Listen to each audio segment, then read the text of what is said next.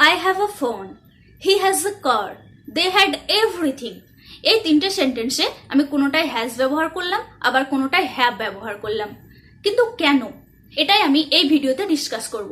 So friends, watch the video till the end.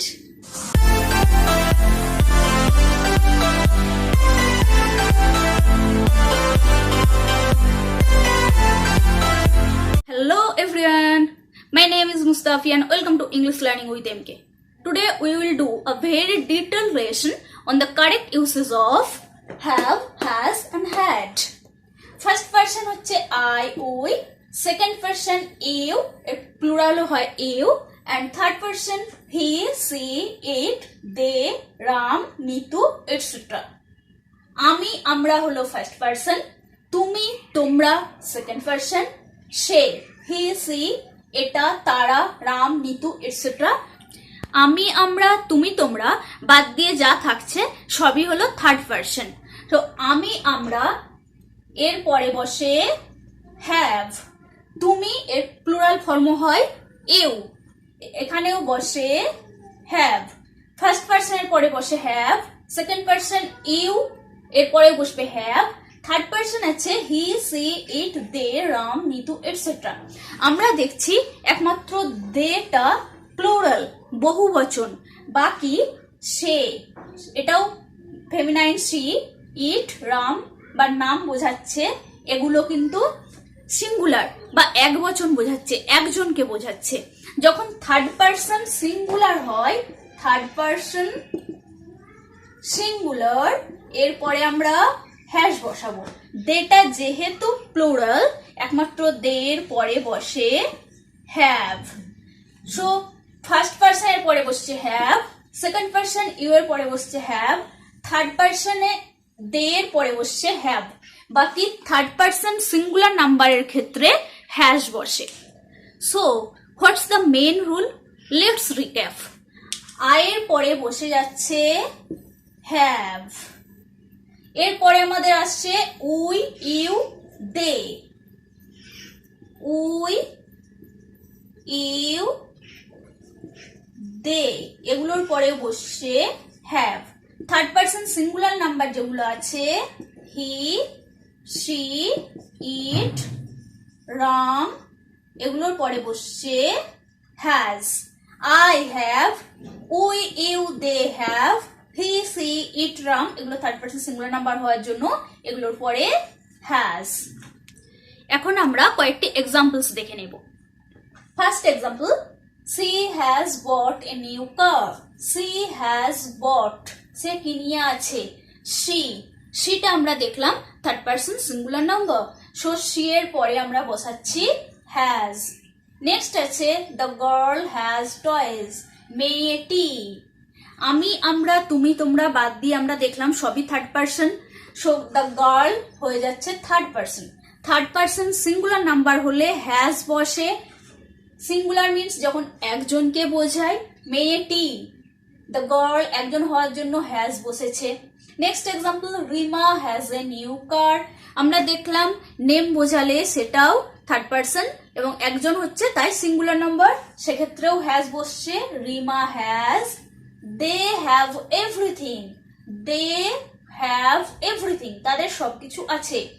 They, দেটা third person বা দে, তাহারা বা তারা, এটা প্লুরাল বহুবচন বোঝাচ্ছে, সেই জন্য দে এর পরে হ্যাভ বসছে। I have a watch, I এর পরেও হ্যাভ বসে। এগুলো প্রত্যেকটা সেন্টেন্স কিন্তু আমি অ্যাফার্মেটিভ সেন্টেন্সে লিখেছি। যখন আমরা নেগেটিভ সেন্টেন্সে ব্যবহার করব হ্যাভ বা হ্যাজ, সেগুলো কিরকম ভাবে ব্যবহার হবে সেটাও আমরা দেখে নেব। I, we, you, they, all these become do not have or don't have in negative sentences. For example, I don't have or I do not have a computer. You don't have a car. Second part is he, she, it, Ram. This part changes when we want to say do not. যখন subject হিসাবে he, she, it থাকে তখন do notটা change হয়ে যায়। Do not changes to does not. Do not changes to does not. আগে যেমন আমরা I don't have or I do not have বলছিলাম, এই হি সি ইট রাম এগুলোর ক্ষেত্রে ডু নটটা ডাজ নটে চেঞ্জ হয়। For example, he do not has a watch, he doesn't have a watch. দুটো সেন্টেন্সের মানেই কিন্তু তার ঘড়ি নেই। What is the correct sentence? প্রথমে লিখেছি he do not has, second sentence লিখছি he does not have. Do not changes to does not. যখন হি সি ইট রাম এগুলো থাকছে তখন ডাজন্ট বসবে, সো হি ডাজ নট বসে গেল। যখন আমরা ডাজ নট বসাচ্ছি তারপরে কিন্তু আর হ্যাজ বসবে না, হ্যাভ হয়ে যাবে। সো ফার্স্ট সেন্টেন্সটা রং, সেকেন্ড সেন্টেন্সটা right. He does not have a watch, তার ঘড়ি নেই। Next example, the boy do not has new shirts, the boy does not have new shirts. ছেলেটার নতুন শার্টস নেই। এখানেও ডু নট লিখেছি, ডু নট রং, ডাজন্ট হবে, ডাজ নট বা ডাজন্ট, ডাজন্ট পরে হ্যাভ বসবে। এক্ষেত্রেও ফার্স্ট সেন্টেন্সটা রং, সেকেন্ড সেন্টেন্সটা right. We don't say the boy do not has, instead we say the boy doesn't have new shirts. So এক্ষেত্রে আমাদের কি মাথায় রাখতে হবে? হি সি ইট রাম এগুলো থার্ড পারসন সিঙ্গুলার নাম্বার, এগুলোর পরে জেনারেলি হ্যাজ বসে অ্যাফার্মেটিভ সেন্টেন্সে।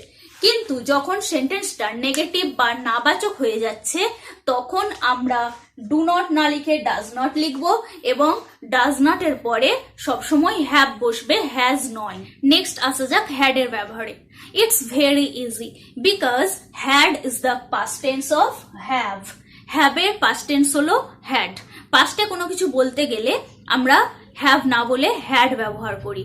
And we use had for all pronouns. সমস্ত প্রোনাউনের পরেই পাস্ট টেন্সে হ্যাড বসে। For example, he had told me the truth, he had told me the truth, সে আমাকে সত্য কথা বলেছিল। Rama had went out, the table had broken. এক্ষেত্রে প্রথমে সাবজেক্ট আছে হি, তারপরে আছে রমা, তারপরে আছে টেবল। প্রত্যেকটা প্রথমে আছে প্রোনাউন, রমা আছে নাউন। নাউন বা প্রোনাউন সব ক্ষেত্রেই কিন্তু আমরা পাস্ট টেন্সে হ্যাড ব্যবহার করছি। এবার আমরা দেখে নেব যখন আমরা হ্যাডকে নেগেটিভে ব্যবহার করি তখন কি হবে। আমরা যখন হ্যাডকে নেগেটিভে ইউজ করছি তখন দুটো ভার্সন আছে।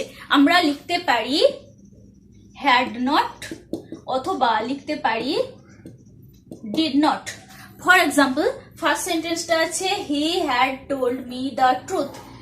Had told me the truth এটাকে যখন আমি নেগেটিভে করব তখন আমি এটাকে লিখে দিতে পারি he had not told me the truth. Second sentence আছে রমা হ্যাড ওয়েন্ট আউট। এটাকে আমরা হ্যাড নট করতে পারি। আবার যখন ডিড নট করব তখন এটা এরকম হয়ে যাবে Rama did not go out. এক্ষেত্রে একটু খেয়াল করে দেখো, আমি গো করে দিলাম, বাট হোয়াই? কারণ ডিড ইউজ করছি এবং ডিড ইউজ করলে তারপরে সব সময় V1 বসে, ভার্বের বেস ফর্ম বসে। ওয়েন্ট এখানে V3 আছে, কিন্তু যখন আমরা ডিড ইউজ করছি তখন ওয়েন্টের V1 গো বসে যাচ্ছে। আবার আমরা লিখতে পারি he did not have any time. এটা শর্টে এরকম লেখা যায় didn't, he didn't have any time। যখন আমরা had not লিখছি তখন V3 বসছে, ভার্বের থার্ড ফর্ম বা পাস্ট পার্টিসিপল ফর্ম বসছে। যখন did not লিখছি তখন আমরা V1 লিখছি। মিনিংটা কিন্তু সেম। সো গাইজ, যদি ভিডিওটা তোমাদের হেল্পফুল মনে হয়, যদি ভালো লাগে, লাইক, কমেন্ট এন্ড সাবস্ক্রাইব করে দিও এবং অনেক অনেক শেয়ার করে দিও।